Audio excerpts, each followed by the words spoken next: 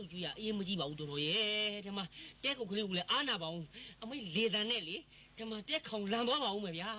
ကဲဘယ်လောက်တုံး36ကျပ်နဲ့2ကျပ်မှတင်းနဲ့9မူဟဲ့9မူဘလို့ပြန်ပြောစမ်းပါဦးဗျာကျွန်တော်နားမရှင်းလို့ပြန်ပြောစမ်းပါ